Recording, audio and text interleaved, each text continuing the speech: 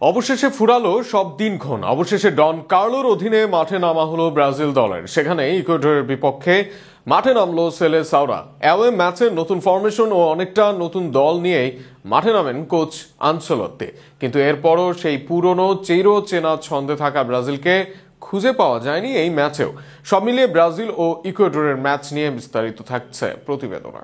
বৃষ্টিময় ঠান্ডা আবহাওয়ার সঙ্গে ঈদের ঠিক আগেও বাঙালি দর্শকদের ঘুম নেই। হাজার হাজার মাইল দূরে থাকা ব্রাজিলের খেলার দিকে ছিল ফুটবল প্রেমী দর্শকদের আগ্রহ।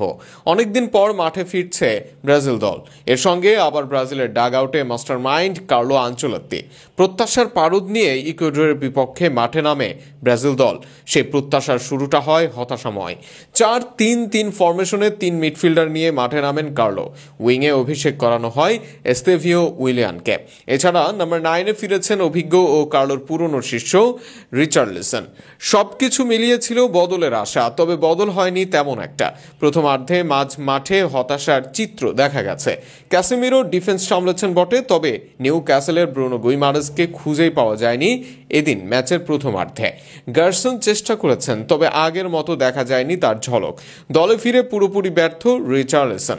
এদের ভিড়ে কিছুটা ঝলক দেখান এস্তেভিও উইলিয়ান। বিশেষ করে তার করা প্রেস থেকে ম্যাচের সবচেয়ে বড় সুযোগ পায় ব্রাজিল দল, তবে সেখানে ভিনির করা শট ফিরিয়ে দেন প্রতিপক্ষ দলের গোলরক্ষক। এর বাইরে একাধিকবার বল নিয়ে আক্রমণে যান এস্তেভিও। নাম্বার 10 জার্সি পেয়ে ভিনিও কারিকুরি দেখান, কিন্তু নাম্বার 9-এ রিচার্লিসন আস্থার প্রতিদান হতে পারেননি। একই সঙ্গে মাঝমাঠ থেকেও বলও আসেনি তেমন।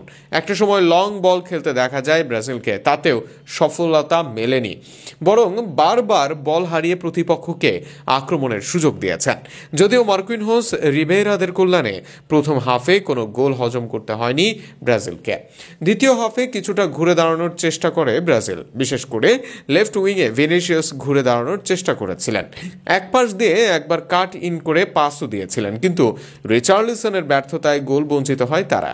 অপরদিকে ইকুয়েডরও করে একের পর এক আক্রমণ, তবে এদের বেশিরভাগ প্রচেষ্টা ফিরিয়ে দেন ব্রাজিলের গোলরক্ষক অ্যালিসন বেকার। দ্বিতীয়ার্ধে 2টি পরিবর্তন করেন ব্রাজিলিয়ান কোচ কার্লো আনচেলত্তি, কিন্তু তাতেও যেন কাজ হচ্ছিল না ব্রাজিল দলের। সব মিলিয়ে বেশ হতাশাময় এক রাত পার করার দিকেই ধাবিত হচ্ছিল ব্রাজিল দল।